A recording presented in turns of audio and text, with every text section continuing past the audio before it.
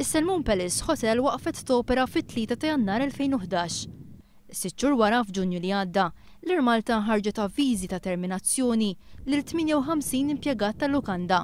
Fil-jiem li għaddew l-Air Malta ħabbret li qabdet lill-kumpanija CBRE Hotels biex sa tmiem is-sena tbieħ il-lukanda Salmon Palace.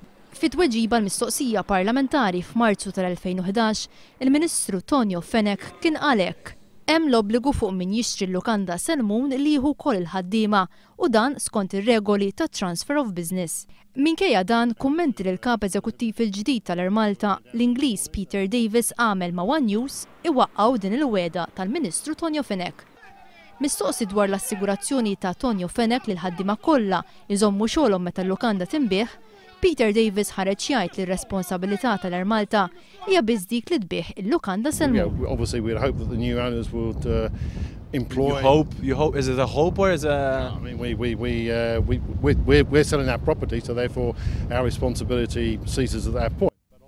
Davis, li għandu salarju ta' €900,000, saħaq li huwa ma jista' jagħti ebda garanzija lil dawn il-ħaddiema. We got their CVs and who knows what happens in the future, but I can't guarantee anything in that respect. Intant fit tweġibiet tal-mistoqsijiet mibgħuta b'email minn One News, l-Air Malta ma ridix tiżvela x'inhu l-prezz li qed titlob għall-lukanda Salmon għaliex qalet li bekk tippreġudika l-pożizzjoni tagħha. Lanqas ma qalet kemm qed titħallas il-kumpanija CBRE Hotels li tqabdet biex tbieħ il-lukanda għaliex intqal li dan huwa tarif kummerċjalment sensittiv. L-Air Malta iżda konfermat li mal-beħ tas-Salmon ser ikun hemm ukoll loti temporanju għall-użu tal-kastell ta' valur storiku illi hemm magħha.